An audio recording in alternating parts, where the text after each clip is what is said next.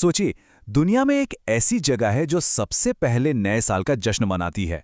एक ऐसा देश जो पृथ्वी के चारों गोलार्धों में फैला हुआ है।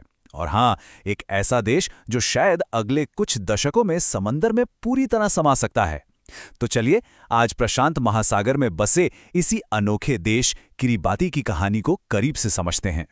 जी हाँ, किरिबाती वो जगह है जहां दुनिया में सबसे पहले सुबह होती है। ये देश जीएमटी से पूरे 14 घंटे आगे है। इसका मतलब ये कि जब दुनिया के बाकी हिस्सों में नए साल की उल्टी गिनती चल रही होती है, तब तक तो किरिबाती में जश्न शुरू भी हो चुका होता है। और ये बात तो और भी कमाल की है। किरिबाती दुनिया का इकलौता ऐसा देश है जो उत्तरी, दक्षिणी, पूर्वी और पश्चिमी चारों, जी हाँ, चारों गोलार्धों में मौजूद है। ऐसा इसलिए हो पाया है क्योंकि भूमध्य रेखा और अंतर्राष्ट्रीय तिथि रेखा दोनों ही इसके द्वीपों के बीच से गुजरती हैं। लेकिन इन सारी अनोखी बातों के पीछे एक बहुत ही गंभीर सच्चाई छिपी है। किरिबाती शायद उन पहले देशों में से एक होगा जो बढ़ते समुद्री जल स्तर की वजह से पूरी तरह से नक्शे से मिट सकता है। ये उनके वजूद का संकट है जिसका वो हर दिन सामना कर रहे हैं। तो चलिए अब जरा किरिबाती को और करीब से जानते हैं। एक ऐसी जमीन जो विरोधाभासों से भरी है। यहाँ पुरानी परंपराएं एक बहुत ही अनिश्चित भविष्य से टकरा रही हैं। अच्छा, इससे पहले कि हम आगे बढ़ें, एक छोटी सी पर जरूरी बात। लिखा तो इसे किरिबाती जाता है, पर वहां के लोग इसे किरिबस बुलाते हैं। क्यों? क्योंकि उनकी भाषा में टी की आवाज एस जैसी होती है। तो बस उनके सम्मान में हम भी इसे आगे किरिबसी कहेंगे। तो जैसा कि हमने देखा, ये अनोखी लोकेशन ही है जो किरिबस को हर तरह से पहला बनाती है, चाहे वो सूरज की पहली किरण हो या फिर चारों गोलार्धों में मौजूदगी। ये बात इसे दुनिया में भौगोलिक रूप से सबसे अलग बनाती है। अब जरा बात करते हैं यहाँ के लोगों की, जिन्हें आय किरिबस कहा जाता है। इनका इतिहास बहुत पुराना है, हजारों साल पुराना। किरिबस का इतिहास काफी लंबा और उथल-पुथल भरा रहा है। कहानी शुरू होती है करीब 5000 साल पहले, जब यहाँ माइक्रोनेशियन लोग आकर बसे। फिर ये ब्रिटिश कॉलोनी बना। दूसरे विश्व युद्ध के दौरान इस पर जापान का कब्जा हुआ और आखिरकार 1979 में इसे पूरी तरह आज़ादी मिली। इन द्वीपों ने वाकई बहुत कुछ देखा है। अब ये बात भी बड़ी दिलचस्प है। सोचिए, देश में द्वीप तो हैं 33, लेकिन लगभग 90% लोग सिर्फ एक द्वीप समूह गिलबर्ट आइलैंड्स पर रहते हैं। इसका मतलब है कि बाकी के ज्यादातर द्वीप लगभग खाली ही हैं। अब बात करते हैं उस सबसे बड़े खतरे की जो इस देश के वजूद पर ही मंडरा रहा है। ये कोई कहानी नहीं बल्कि विज्ञान है, और दांव पर एक पूरी संस्कृति और देश का भविष्य लगा है। देखिए, इसके पीछे का विज्ञान बहुत सीधा सा है, लेकिन उतना ही डरावना भी। जैसे जैसे दुनिया गर्म हो रही है, ध्रुवों की बर्फ पिघल रही है, जिससे समंदर का पानी ऊपर उठ रहा है।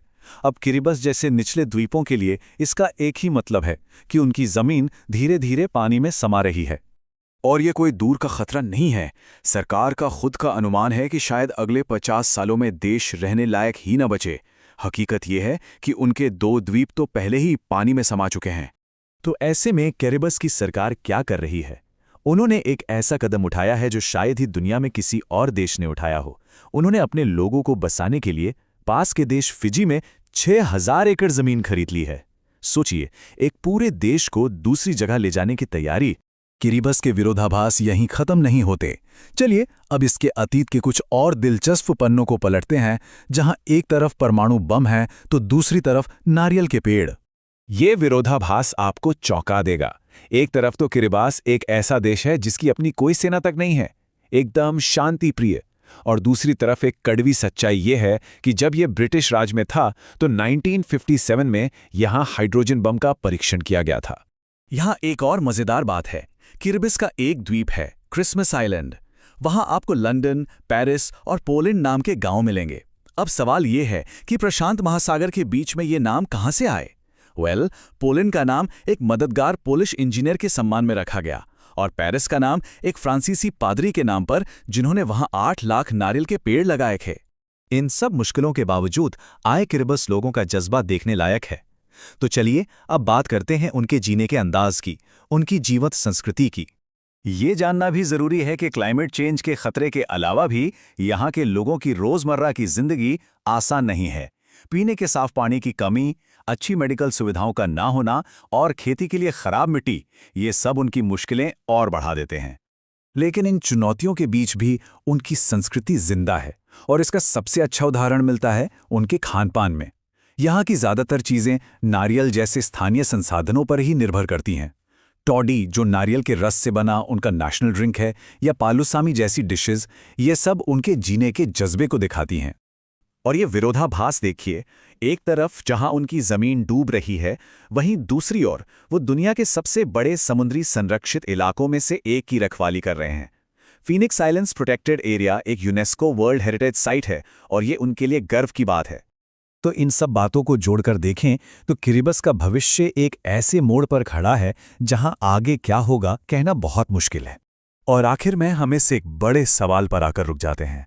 किरिबस की कहानी सिर्फ एक डूबते हुए द्वीप की नहीं है, ये पहचान की, विरासत की और इस बात की है कि घर का मतलब क्या होता है।